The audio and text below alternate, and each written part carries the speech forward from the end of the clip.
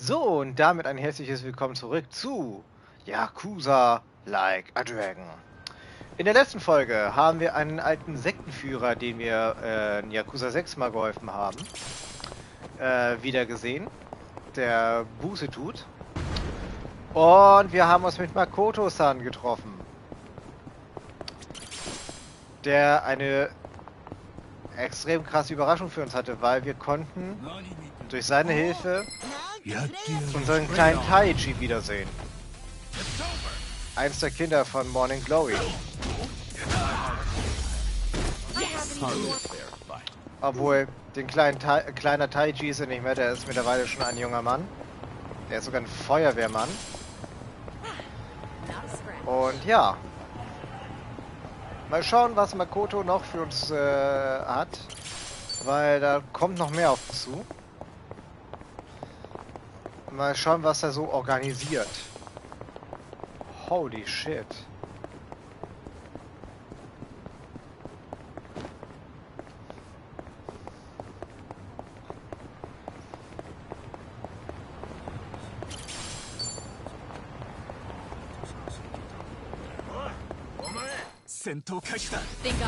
Ich würde mir ja für Kirio wünschen, dass er noch, bevor er stirbt, die Chance bekommt, Haruka zu sehen und nochmal in die Arme zu schließen, sowie den kleinen Haruto.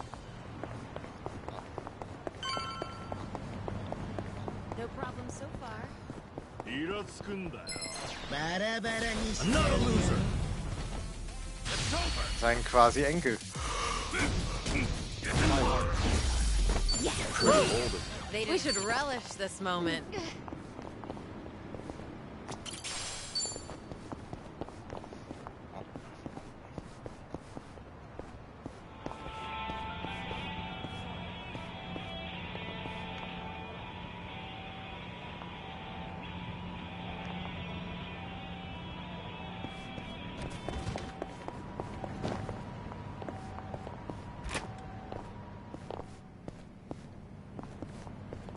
Lol, wir können hier rein, aber es gibt hier nichts, okay. Aua! Kio, kannst du die Treppe nicht normal runterlaufen? Hey. Ich muss mich nur noch kurz um etwas kümmern. Wartet ihr auf mich? Ah, kein Problem. Sicher, dass du allein klarkommst? Sollen wir mitkommen? Ach, schon gut. Ich bin bald zurück. Besser wär's. Was ist denn mit dem los? Wer weiß.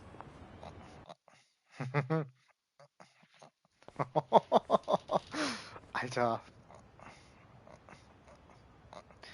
War hier nicht das Hauptquartier der Liumang oder der Gyomiju? In der Nachricht stand, ich soll hierher kommen. Eins von den beiden Banden hatte jedenfalls irgendwie so eine Art Stützpunkt.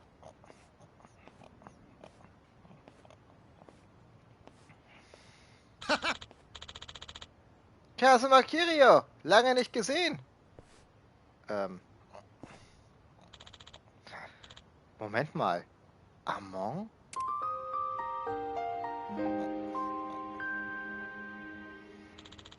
Der Amon-Clan besteht aus den stärksten Kämpfern der Welt, behaupten sie zumindest.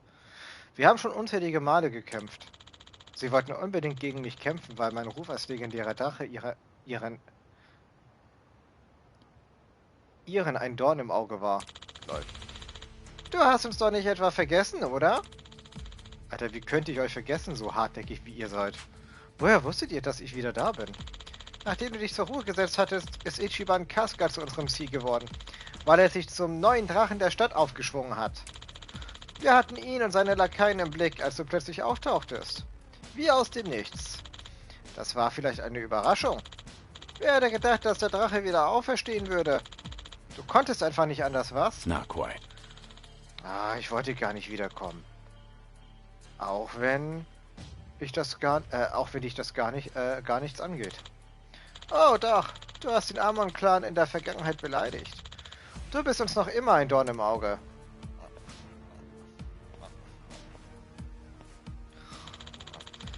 Und deine Rückkehr werden wir nicht einfach ignorieren. Außerdem schadet es unserem Ruf, wenn wir dich in deinem geschwächten Zustand herumlaufen lassen und von deinen Verbündeten bewacht. Als würde man mit einer Wand reden. Genau wie früher. Kiryu-san. Ich habe doch gesagt, ihr sollt warten. Entschuldige, wir haben uns Sorgen um dich gemacht. Wer ist das? Hat er dich blöd angemacht, Kiryu-san?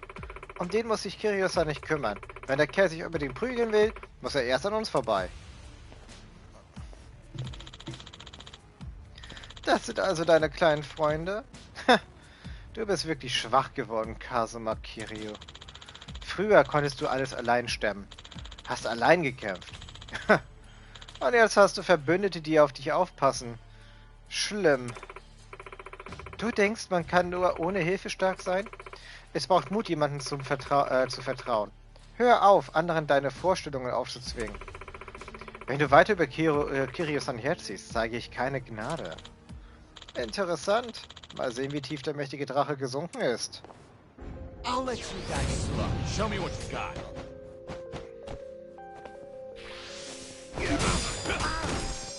Wow!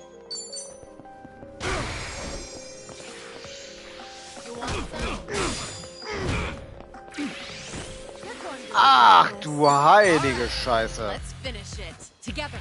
We only need one shot.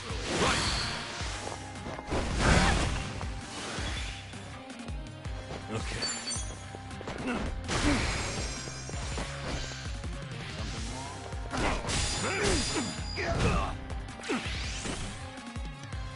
Try and stop me. What an eyesore.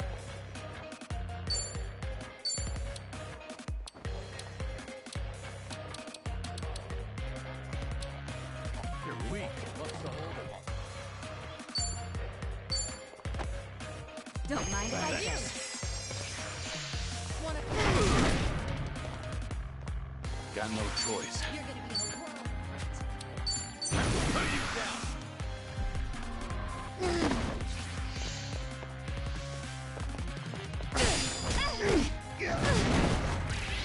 Alter, Finne, der nimmt uns auseinander hier. Let's go. How? Something wrong? You gonna just stand there?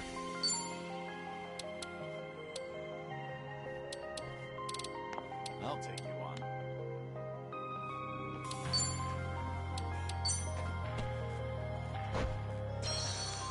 One more time. Nice try. Not out yet. Get What an serious. eyesore.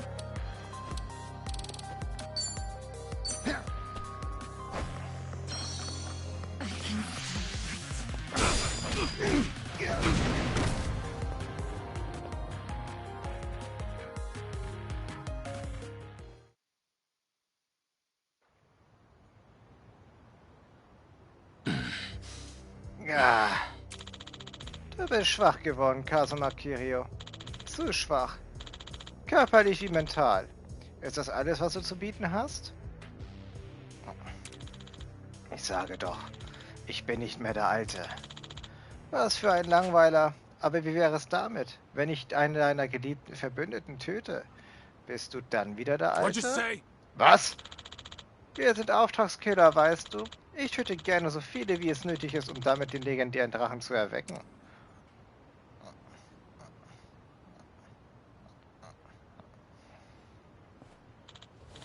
Wehe, du rührst sie an. Du hast ja doch noch etwas Kampfgeist. Für das Wohl deiner Verbündeten solltest du das hier besser ernst nehmen. Manches ändert sich nie. Ach, ich glaube, wir sollten den Kampf verlieren. Also zeig mir deine volle Stärke. Zeig mir, was es mit diesen Bindungen von dir auf sich hat. Das solltest du, falls du deine Freunde hier beschützen willst. Amon! I'll let you guys slow. Bring it on. Wenn Kiryus Halbanzeige geführt ist, kann er Auferstehung des Drachen einsetzen. Einen mächtigen Skill, durch den er sich frei bewegen kann. Halte zum Aktivieren R2 gedrückt und er fesselt dann mit Kreis, Viereck oder Dreieck Angriffe, bis der Timer oben abläuft. Du kannst die Dauer von Auferstehung des Drachens erhöhen, indem du Kiryus Bindungen zu seinen Verbündeten vertiefst. Alter! Das ist denn quasi Alter!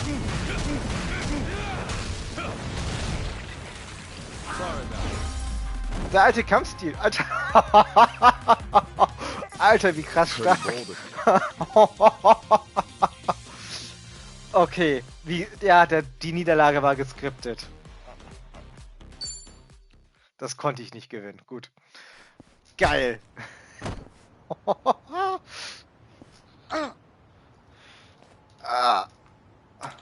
Uff. Ich werde nicht zulassen, dass du ihn wehtust. Haha, der Treffer gerade. Genau so hast du mich damals geschlagen. Das gibt einen blauen Fleck. Die Bindungen mit deinen Verbündeten geben dir wohl Kraft. Hast du immer noch nicht genug? Nein, ich lasse dich in Ruhe. Vorerst. Wärst du nur ein alter Greis, hätte ich dich hier und jetzt getötet. Aber du musst dich noch weiterentwickeln. Diese Bindung zu deinen Verbündeten oder so, wie auch immer du es nennen willst. Sollten deine Bindungen wachsen und du noch stärker werden, dann kämpfe ich wieder gegen dich.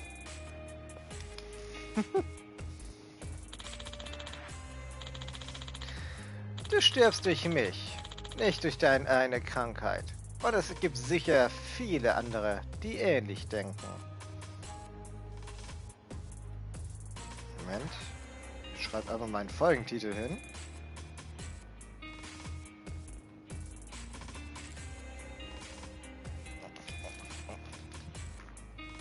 Alter. Wie geil. Vergiss das bloß nicht. Die Stärke unserer Bindungen. Kiryu-san, geht es dir gut? Ja. Und euch? Uns geht's gut. Das war ein harter Kampf. Tut mir leid, dass ich euch da reingezogen habe. Ach, kein Problem. Wir sind es gewohnt, in solche Sachen reinzustolpern. Außerdem hatte das genauso viel mit uns zu tun wie mit dir. Wie? Legt man sich mit unserem Freund an, dann auch mit uns, richtig? Okay.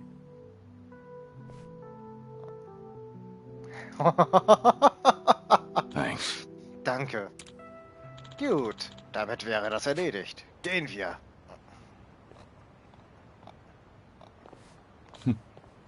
Ha, ich habe ganz schön zähe Freunde. Mhm. Alter! Oh. Alter, ich bin...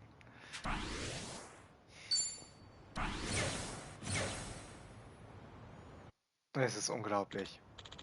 Nun, dank Ihnen habe ich es überstanden. Aber ich weiß immer noch nicht, was uns erwartet. Bevor ich zurück zu Kasugas Wohnung gehe, sollte ich neue Ausrüstung kaufen und mich vorbereiten. Empfehlende Ausrüstung 4 Sterne plus.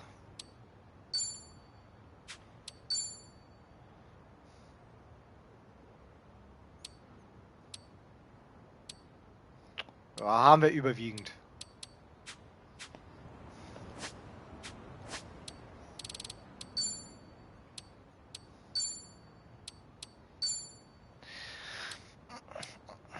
Erinnerung an Taichi. Durch Dates Hilfe habe ich Taichi wieder getroffen, wenn man so will. Eigentlich habe nur ich ihn gesehen. Aber das ist okay. Ich habe erkannt, dass ich nicht bereit war, die...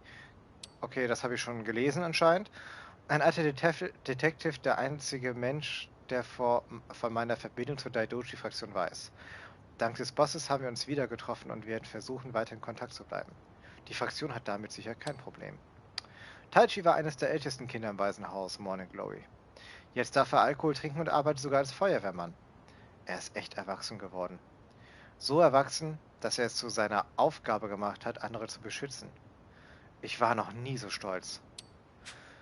Kapitel 10, Kapitel 10, Kapitel 10, Kapitel 12 und Kapitel 12. Alter. Wow.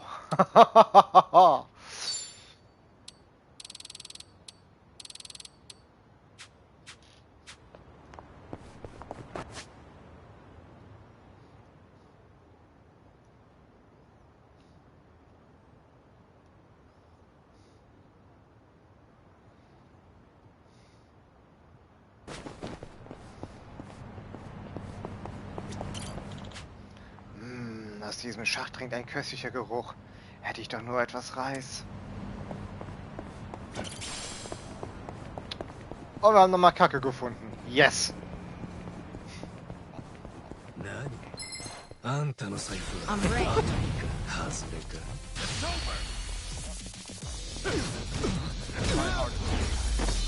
Naturally, they didn't stand a chance.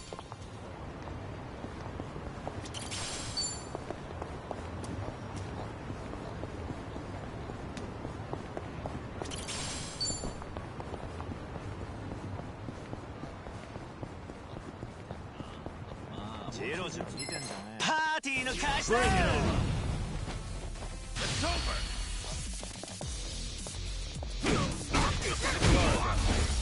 Yes. Pretty old. There's more where this came from. I'm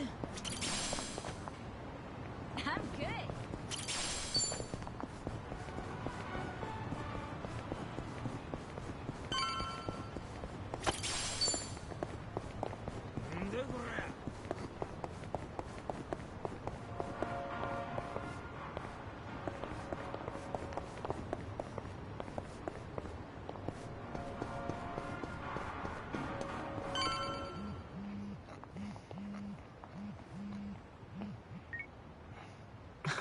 Fine. Ich bin's. Alles klar. Bin gleich da. Ich muss zurück nach Gehomijul und mich um was kümmern. Ist das Leave it okay? to me. Ja, ich komme klar. Bin sowieso müde. Ich gehe mich ausruhen. Na dann, das war's für heute. Wir sehen uns später wieder. Alles klar. Alter, ich bin... ich bin ziemlich erledigt, aber das ist auch kein Wunder. Ich sollte mich ein bisschen ausruhen.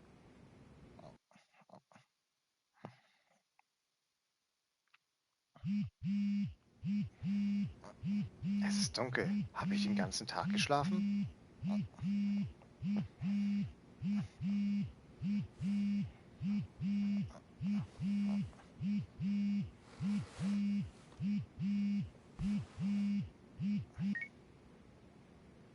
Hello? Kiryu-san, it's Son-hee. Sorry to bring bad news, but it looks like the Seiryu clan set us up. Was? What do you mean? Here, check the video I sent you. It was posted just now by Tatara, one of the more popular VTubers. VTuber? Auch nicht der Tower wieder. Ich bezweifle den Wahrheitsgehalt. Ich weiß nicht, ob der Wahrheitsgehalt da drin so genau ist. Tut mir leid, aber... What's up, people? Tatara Channel coming at ya. As always, we're out to boldly reveal the evils this media's just too scared to touch. The title for today's episode is... A super big shot Yakuza long thought dead suddenly returns from the grave? First off, let's take a good look at this photo. In it is Kazuma Kiryu, legendary Yakuza to some, hardened criminal to others.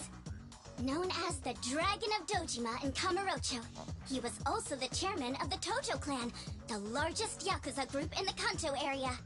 7 years ago, in Hiroshima, Kiryu-san was shot to death as a result of gang-related activities. Or so we were led to believe. This video here, recorded in Hawaii, is no more than a few days old. Ernsthaft? And if we zoom in to get a closer look... My! He looks a lot like Kazuma Kiryu, doesn't he? I mean, they're practically twins!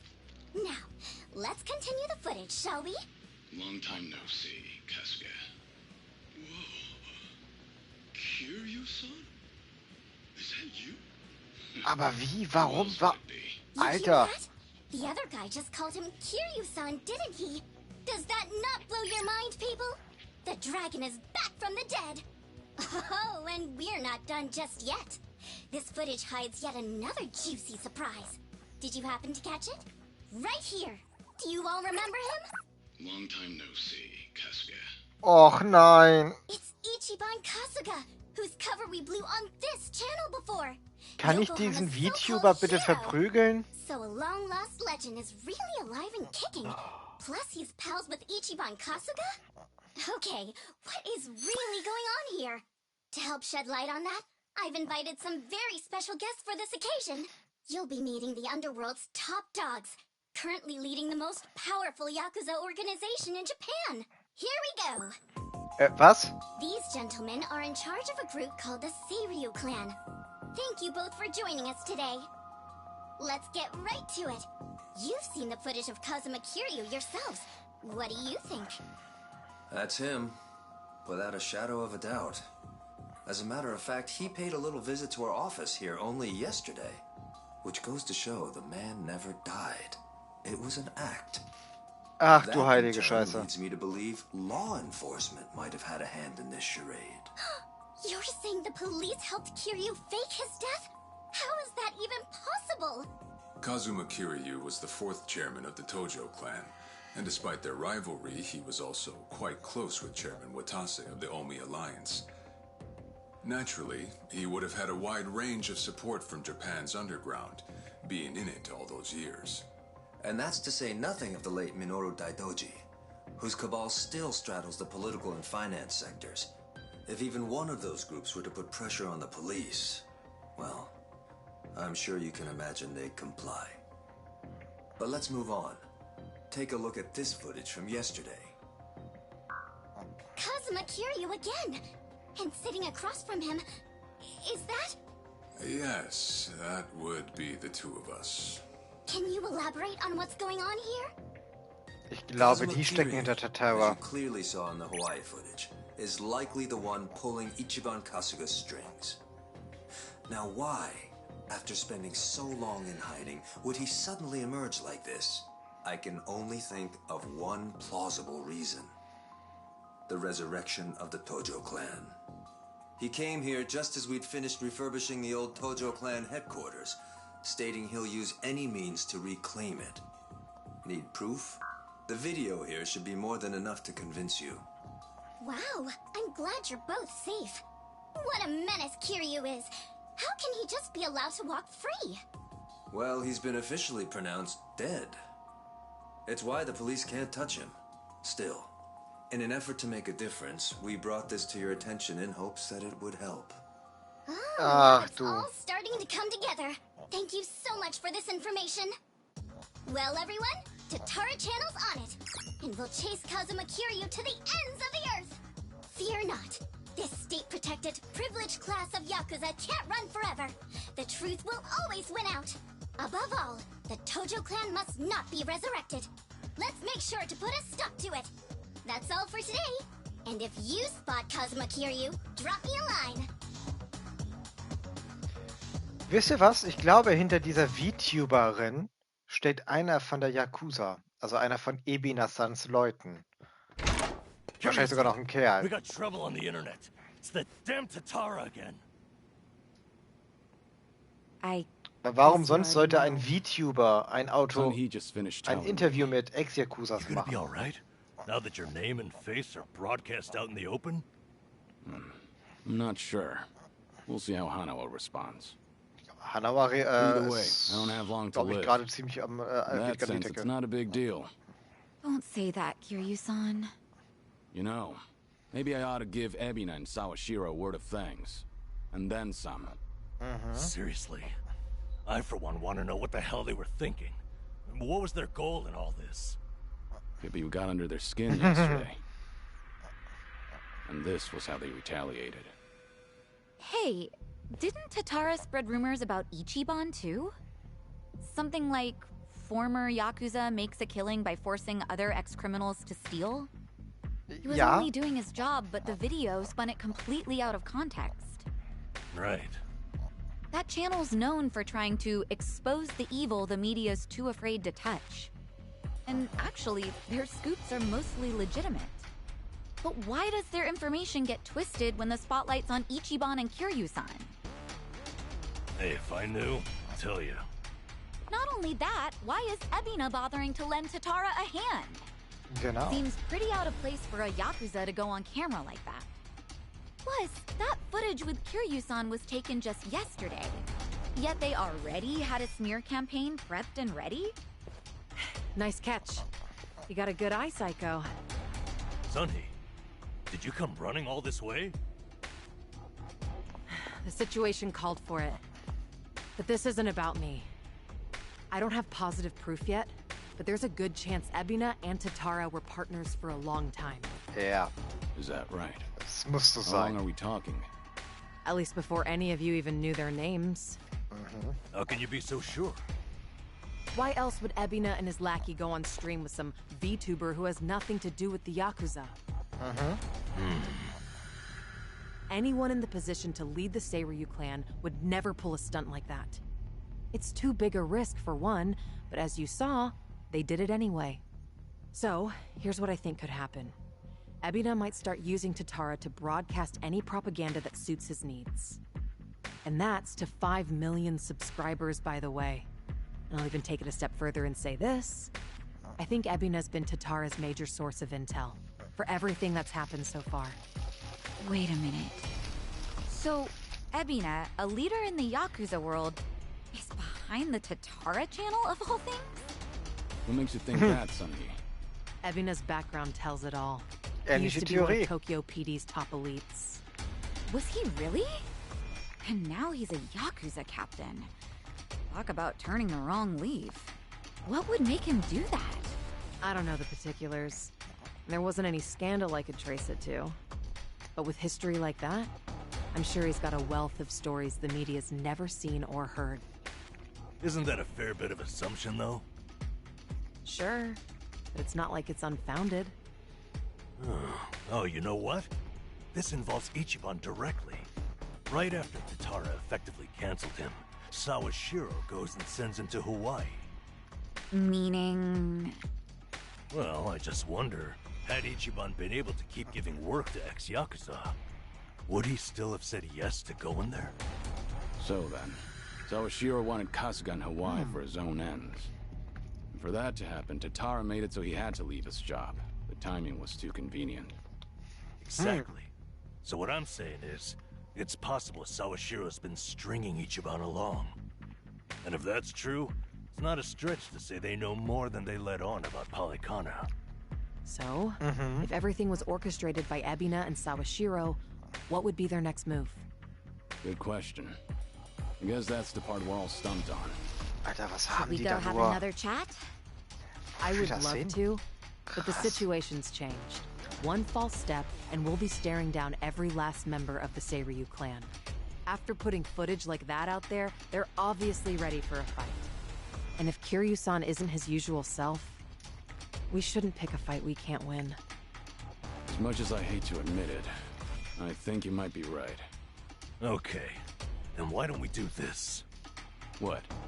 Now that the Seiryu clan opened a branch office, there shouldn't be as many of them back at Ijincho. So, we should hit their HQ first. Figure we might be able to get who's in charge to talk. Nanba, that's actually not such a bad idea. Yeah, let's give it a shot. I'm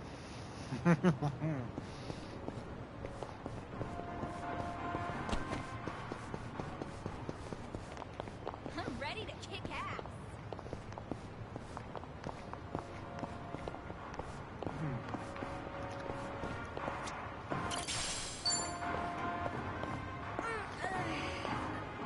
Aber wie schön, dass Song Hye und ich quasi ähnliche, nahezu gleiche Gedankengänge haben und Theorien.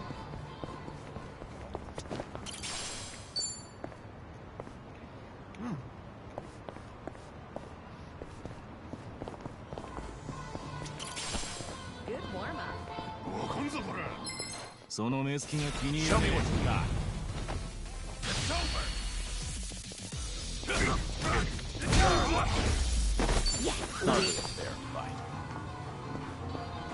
Pedal to the metal. Found it. Picture perfect.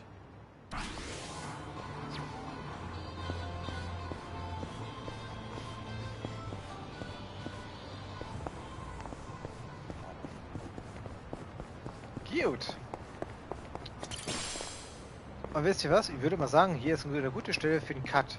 Denn ich glaube, das wird nämlich eine längere Quest werden. In diesem Sinne, vielen Dank fürs Zuschauen. Ich hoffe, ihr hattet Spaß. Ich hoffe, es ist für euch genauso interessant. Und